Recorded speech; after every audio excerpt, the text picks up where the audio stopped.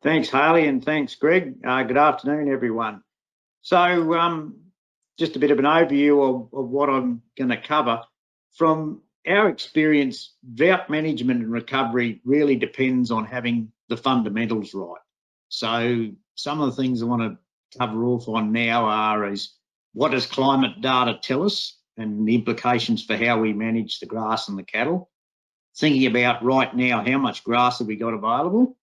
Some considerations for your herd structure, breeder management fundamentals we can never go away from because they're the animals that are most problems in a drought, and then how we might go about tools we've got for assessing options as we try and recover from it. So thinking about climate, this is the long-term data for Yamba, just north of Rockhampton here, and haven't picked it for any particular reason, but I think everyone's familiar with this, but I think too often we don't really think about what it means for us. But the main point, of course, is we generally get the vast majority of our rain in January, February, March drops off and April drops off. Now, as you go north and west, the drop from February to March is more pronounced than that in central and southern Queensland, but it's one of the critical things we've got to think about is when we go from March to April, the average rainfall virtually halves, and it doesn't get any prettier until we start to come to November, December. Looking at the rainfall pattern a bit more closely, a common concept that gets talked about is green date, and there's a number of ways of defining this, and there's no point getting too hung up on a definition. So I've got a definition that we tend to use here, and I think it's a good guiding principle for thinking about it, is that what's the date by when we can expect to have got 50 millimetres over a maximum of 3 days? The reason we're saying 50 millimetres over 3 days is after the dry season, if you get 50 mil over 3 days, you should get a good grass growing response. Obviously on lighter, sandier soils, much less rain than that will produce a reasonable response, but on heavy soils, if it's dry, you're going to need 50 millimetres, and it's no good of 50 millimetres in a month. It's got to come in a reasonably short period to give you good soil moisture. So at Yamba, in 50% of years, we can expect to have had that sort of a rainfall event by the 15th of December. But if we want more reliability, in 70% of years, that doesn't happen till the 11th of January. So the message of that is early storms are a bonus, but don't rely on them to solve a feed shortage. I think too often severe drought problems come because people think it's going to rain in September, October, and it definitely can rain early, but more likely it's going to rain late than early. So the grass you've got now has got to really be able to last you until the end of January, because it's quite likely you won't see a break until well into January. And this understanding this climatic pattern is really critical for how we manage forages, and it's the major consideration by how we plan the time of calving and a lot of our breeder management strategies. The other thing to consider is what's happening at the other end of the wet season. So again, for Yamba, the probability of getting 50 millimetres over a maximum of 3 days in April is 21%. So the odds aren't terribly good. So the messages are the pasture you've got at the end of March has to last you until the seasonal break, which we've just seen is most likely not going to be till December or even well into January. Autumn and winter rain is unlikely to solve a failed summer. So if you've got a very ordinary situation at the end of March, thinking that April's going to save you is very wishful thinking, because the probability of getting 50 mil is only 21%, and 50 mil may well not really get you out of trouble if you've had a failed summer.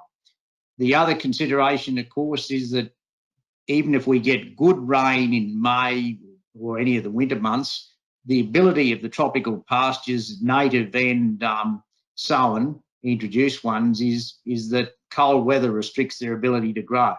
We may well get an improvement in feed quality, but we're not going to grow a lot of feed. And this is critical for our forage budgeting and the timing of our weaning. So the problem we see time and again in droughts is overly optimistic, thinking that it is going to rain in April or May and solve the problem, or when things are grim in August, September, thinking it's going to rain in October and solve the problem. So right now, we've got to be thinking about how much grass we have. Now, these photos are from photo standards we've got from a whole range of pasture communities in Queensland. They're available at the Future Beef website. Just there, you just search for pasture photo standards. And these photos are for buffel grass. So that's about nearly 5,000 kgs a hectare. That's 2,850. So these standards are designed to help you think about how much grass you've got and therefore how many cattle you should be taking through the balance of the dry season. So that's pretty good yield. Now, if we go to the other end, this is starting to get down a bit, 1,650 kgs per hectare, and that's about 1,000 kgs per hectare. At the end of the dry season, we should have at least that, because if we chew it lower than that, we're going to have long-term consequences for the health of the pasture and also our ability for the pasture to regrow quickly and get things happening when the rain does come. If you've still got pasture a bit more than like something like this in November, December, if it doesn't come till January, they'll still find something to eat. But if you've got pasture like this in November and it doesn't rain till January, the cattle and you have got a real problem on your hands. So knowing how much grass you have is critical, and there's a lot of information available to help you undertake pasture budgeting. So DAF staff can help you, as well as the photo standards on the Future Beef website. There's information there on how you can go about pasture budgeting, and a lot of people also get help with this from NRM groups or consultants. But with pasture budgeting, what we're trying to do is avoid feeding cattle hay.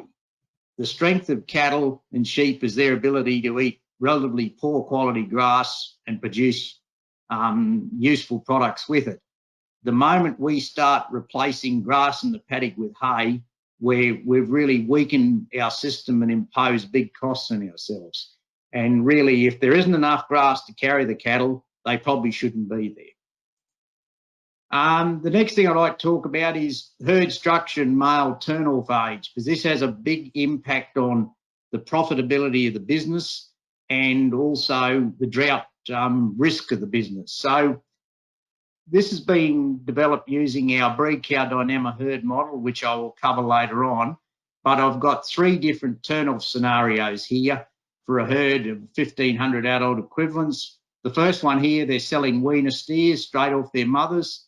This one here, they're selling steers at 1 to 2, sort of a feeder type steer, and steers at 2 to 3, like a slaughter bullock. The important things to note here is that the number of breeders that are getting mated drops off considerably, and that's because when we carry a couple of age groups of older cattle, they take up grazing space and the cow numbers correspondingly have to be reduced. And then when we get to the money side of things, we see here that we get a better gross margin per adult equivalent by hanging on to steers a bit longer. And we get a fairly big improvement when we carry them from, say, a weaner turnoff to a 1 to 2 year old turnoff. And in this case, we've got another improvement when we turn them into a bullock.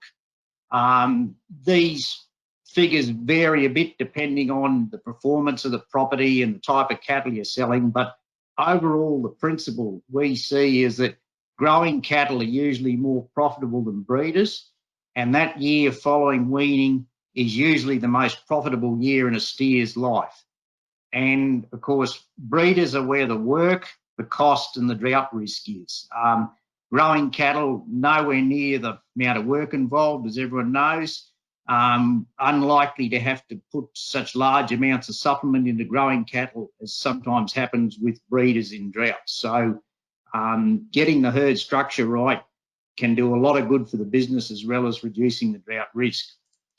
Some other thoughts on how we might reduce breeder numbers and therefore our drought risk, but maintain the productivity of the property.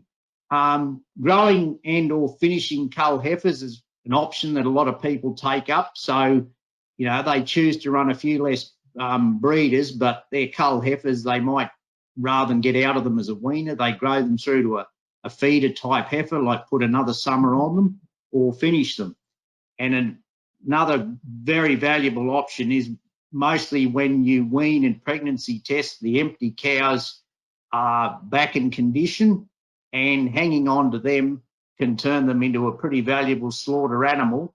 And we can do all that on a lot lighter country than what we need to really turn off good fat cattle. Those sort of animals we're talking about, cull heifers or cull cows, they have much lower pasture and supplement requirements than a breeder that's going to produce another calf.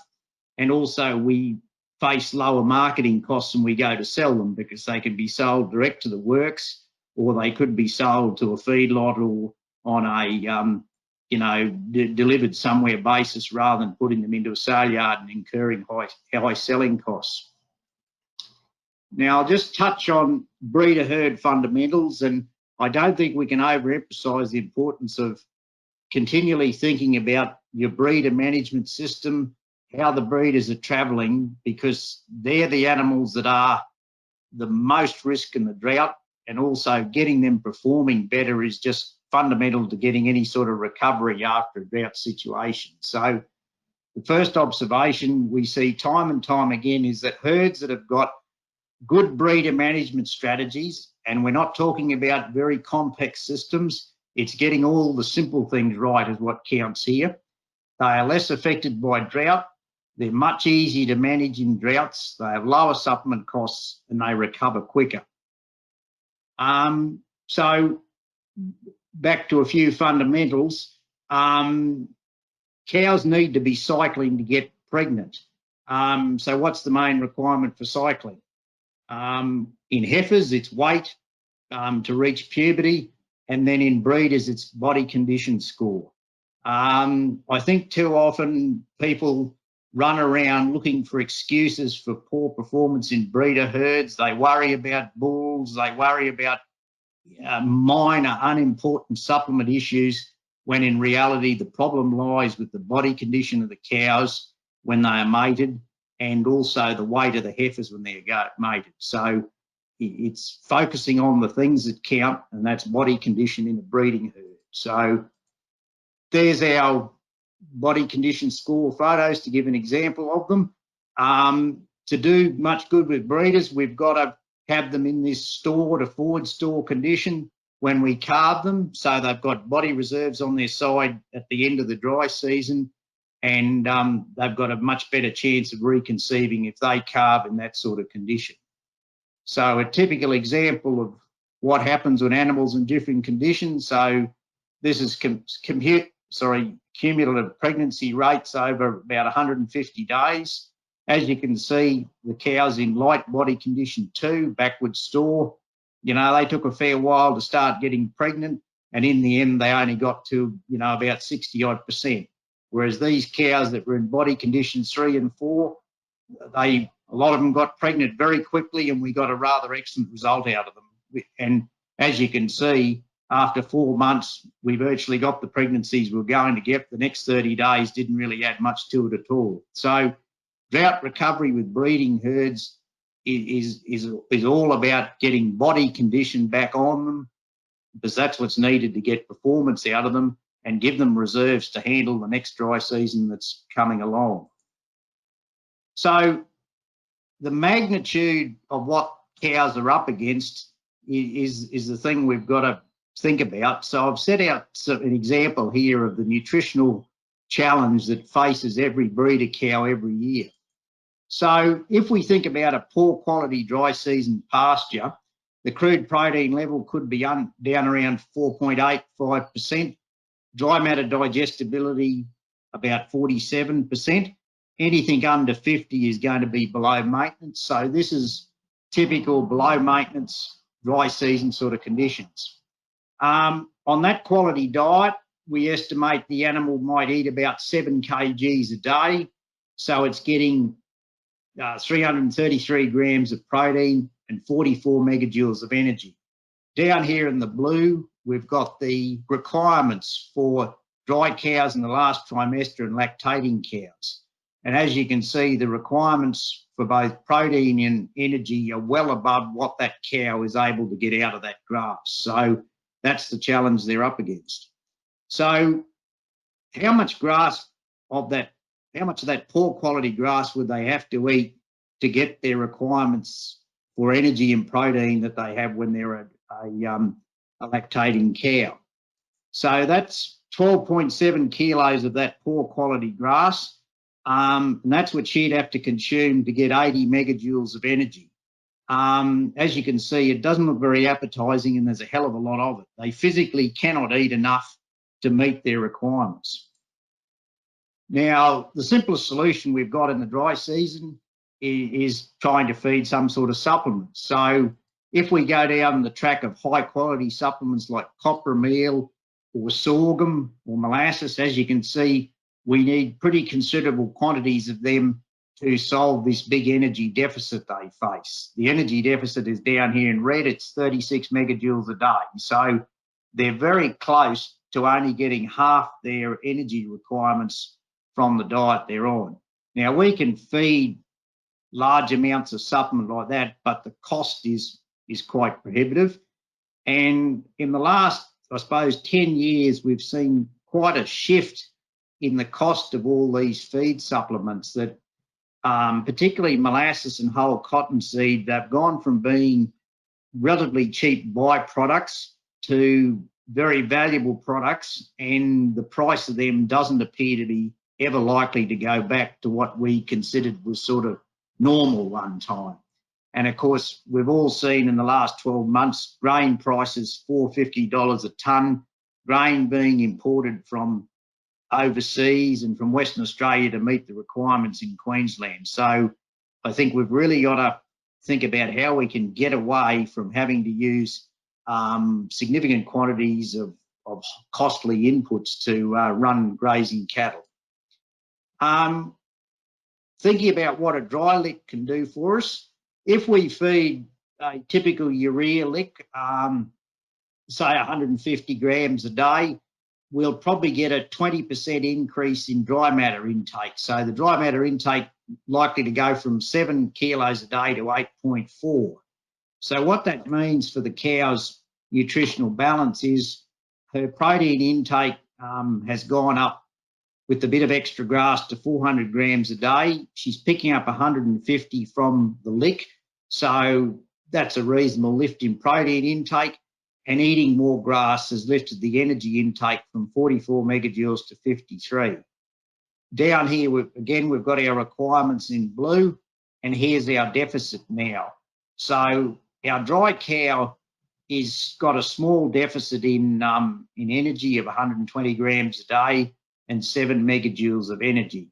Now, if she's got a bit of body condition on her side, that is not really an issue at all for her. She doesn't have to lose much weight at all to maintain herself. And that's why basically everyone is very familiar with, dry cows hold their condition reasonably well even under pretty tough drought conditions. It's when they become a wet cow that the problems start. So as we can see here, we've reduced our deficit a bit, but she's still got a rather significant gap here of 27 megajoules a day. So while we can help her with a dry season urea supplement, we never fill the gap that she faces.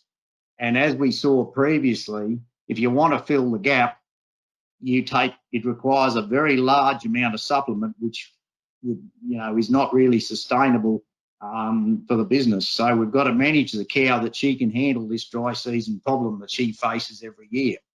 So, and it's not a drought occurrence. This happens every year on virtually every land type, and it's just the fact that we have tropical pastures that grow in the summer and then hay off and then decline in quality to varying degrees through until the end of the year when we get a break.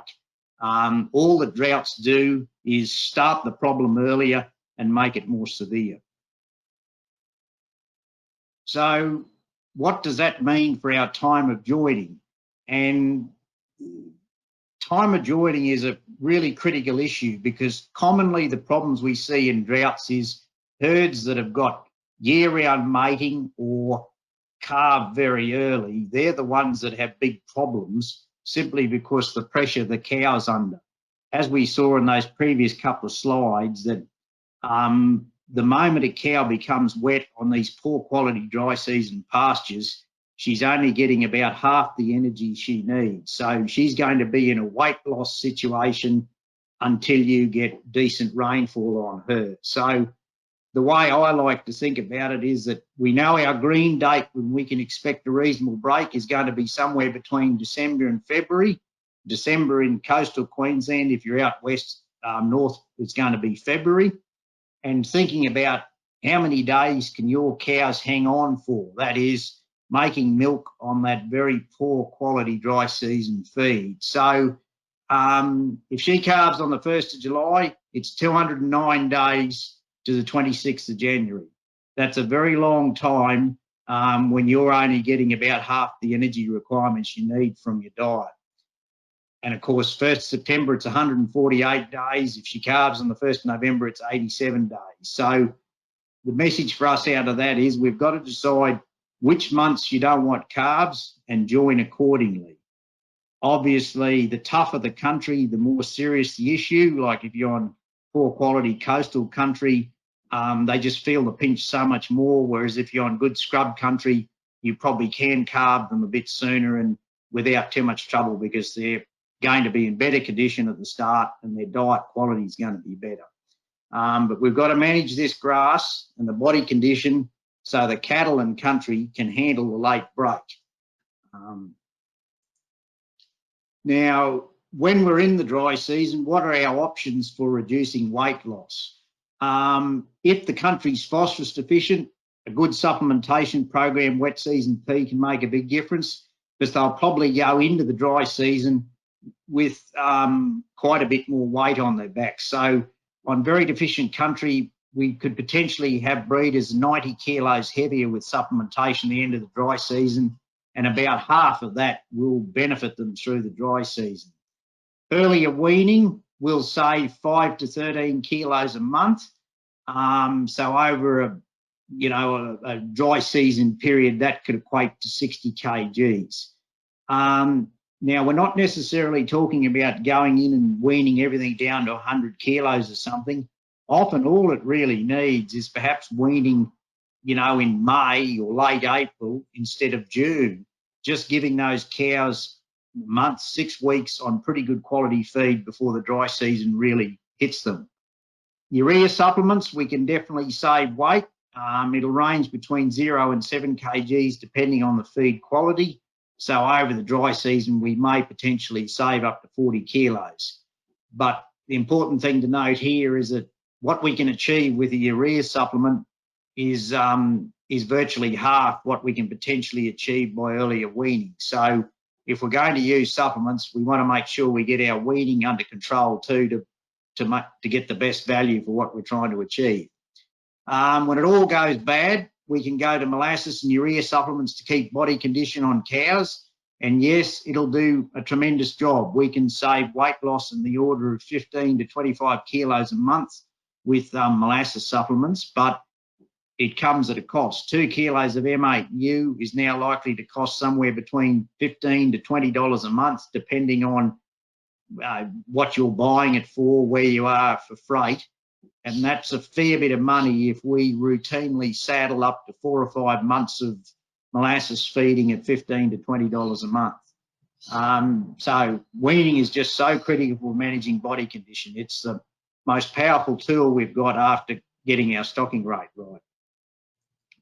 An issue that affects herd production, be it good times or drought, is diseases that occur when they don't have to occur. And that's why I've called it prevent the preventable. Everyone's familiar with the more obvious ones like blackleg and botulism, but there's a lot of herds around where they're not vaccinated for leptospirosis. It's not a very dear product to use, so it should be definitely getting considered. Every year we come across cases of breeder performance affected by outbreaks of vibriosis. yet again, that one's easily prevented by just vaccinating your bulls properly for Vibrio. That involves 2 initial boosters before you join them, and then give them a booster dose every year. Traps for young players with vibriosis vaccine is most sale bulls aren't vaccinated, so you've got to make sure you vaccinate them before you put them to work. Tick fever is another one that occurs every year. You know, it's not, you know, not everyone's getting it, but every now and then someone has a smash. And again, it's something that's preventable. And if you're trying to get yourself out of a hole after drought, you can't afford to have them, you know, dying of something like tick fever or production being affected by something like vibriosis.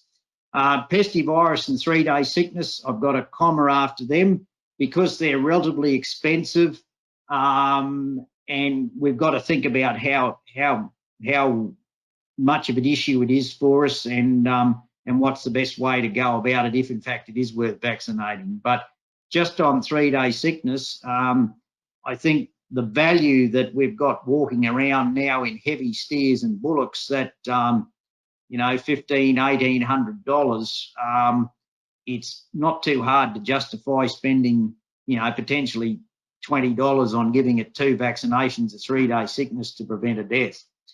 And the other important thing to remember is that most vaccinations, if with a bit of thought about the management program, we can fit them into the normal handling, so they're not going to be a really big impost on the operation. The management calendar. It makes life a lot easier if we have this really thought out and documented down, so everyone on the place knows what's going on and what has to happen when. So if we all know when the bulls are going in and when they're coming out, we can plan the thing much better, and communication is going to be better if everyone knows what's going to happen when. And being strict about the timing of events like joining and weaning is really critical for controlled mating. If you're not disciplined about how you do things and when you do things at controlled mating, you're going to be disappointed by the result, because when bulls are in order year round, the cows have effectively got 12 months to get in calf. When we control mate, they've only got somewhere probably 3 to 5 months to get in calf, so we can't afford too many slip-ups in the program. Now, moving on to thinking about our drought recovery options. In a webinar like this, we can't go into the detail of how all of these work, so I'll just point out the most useful ones that we've got available, that they're all currently available on the Future Beef website.com.au, and search there for improving profitability and resilience of beef and sheep businesses. So the first one I'll cover is the BreedCow Dynama herd budgeting package. There's 3 components to it: BreedCow Plus, Dynamaplus, and then Bullocks and Cowtrade.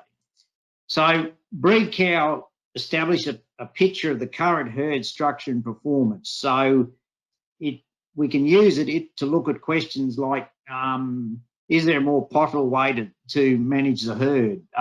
What happens if I improve the weaning rates? That example I did earlier on is what's the most profitable age of male turnoff? That's what this is used for, really understanding where the most profitable components of the herd are and how to structure the herd to take advantage of it. We can also look at female culling and marketing strategies, like how much extra can we make if we hang on to those weaner heifers and grow them out to a feeder, for example. We can also use it to look at what might be the impact of changing a management practice like supplements. Dynamaplus is works. It's not a theoretical model. You put your real live stock numbers in and your costs and finances, and you can assess questions like where the herd's going. So right now people might be in recovery mode with a very depleted breeder herd. You've got the opportunity of Dynama to plot through re-establishing the herd back to its normal size, maybe buying in some cattle to see how that impacts on your profitability and whether the finances can handle going out and buying cattle. So we use Dynamaplus to evaluate whether plans are going to work or not. So that might be drought recovery, property purchase, or business restructuring. Bullocks and Cowtrade are a couple of tools that are probably very appropriate right at the moment, where people might be looking at buying some cattle to trade them to generate income and take advantage of spare grass they might have. So the Bullocks program looks at trading steers and heifers, and Cowtrade's been designed to handle buying pregnant cows or cows and calves. So we can look at the profitability of different options. So we might look at buying heifers versus steers versus cows and calves. It can help us decide how much we can pay for it. And then we can also consider questions like if you have to sell animals because it's dry or you need cash, which ones are the most appropriate ones to sell? And probably something we should be thinking about right at the moment with these very extraordinary prices we've got, is there something else wandering around there that we could sell to capture those prices that's not going to have an impact on the business in the longer term if we sell them now? So key principles about assessing your options is we want to understand the profitability of the herd and the classes of different animals in. We've got to get the turn-off age right and the herd structure right, because that's got the potential to generate more profitability than a lot of other tweaking we might try and do. A good principle, I think, to think about when every animal is in the yard or you're driving past them is what's that animal going to earn me over the next 12 months and what are the risks in owning it? So right now, an old cow that's in reasonable condition but's going to carve out a season or, you know, is getting a bit doddery, you know, you're probably better off getting out of her rather than, you know, incurring the risk of taking her through another dry season. And another principle I think is worth thinking about, if your cattle are not earning adjustment after running costs, can you really afford to own them? You know, if they can't earn that for you, you may be better off getting rid of them and taking someone else's on board. So just a few thoughts to wrap up with about what all good management might mean for grazing pressure. So if we have, you know, say September, we've got 200 cows about to calve. In January, we might brand, and pretty typical, people will have 10% of cows not come in with a calf at branding due to the pregnancy failing or the calf dying. If those 20 dry cows come up, we've achieved a 10% reduction in our grazing pressure early in the dry season, which is going to help the grass get away. In May, we go in and wean, and we halve those cows' nutritional requirements. And then we'll also hopefully be pregnancy testing, and we've got empty cows to come out. So we've achieved another reduction in grazing pressure. Now, obviously, in a normal year, most people will be topping paddocks up, either moving other cows in or perhaps putting heifers in. But if it's a dry year, we've got the opportunity to control how much grazing pressure we take into the dry season by deciding how many we put back in paddocks. So the message here is that if you've got a well set up breeder herd, you've got points where you can reduce numbers without any impact on the overall performance. And these reductions in grazing pressure at strategic times can make a big difference in how much supplement you might have to put into them and what it's going to cost you to run them. So to wrap up with the key messages, I think they are: don't plan on early breaks or winter rains solving a grass problem. Right now, we want to be adjusting stock numbers to ensure we end up with adequate dry season pasture residue at the end of this dry season. Otherwise, we just keep hammering the pastures and we're never really going to get ahead. Avoid feeding bought-in hay to cattle. If the grass isn't there, the cattle shouldn't be there. Good breeder management minimises our drought risk and assists our recovery. So right now, in a lot of herds, after dry, the challenge is to rebuild that breeder body condition. So that's going to be thinking about weaning, strategic supplementation, And maybe it's time, if you calve early, to think about, well, am I better off shifting that calving a bit? Cannot emphasise enough the importance of thinking about your herd structure, and is there a better way to structure this herd and what I sell so that I minimise the drought risk in the future. And we've got a range of tools there that are available for you to use and we can help you with. So thanks very much.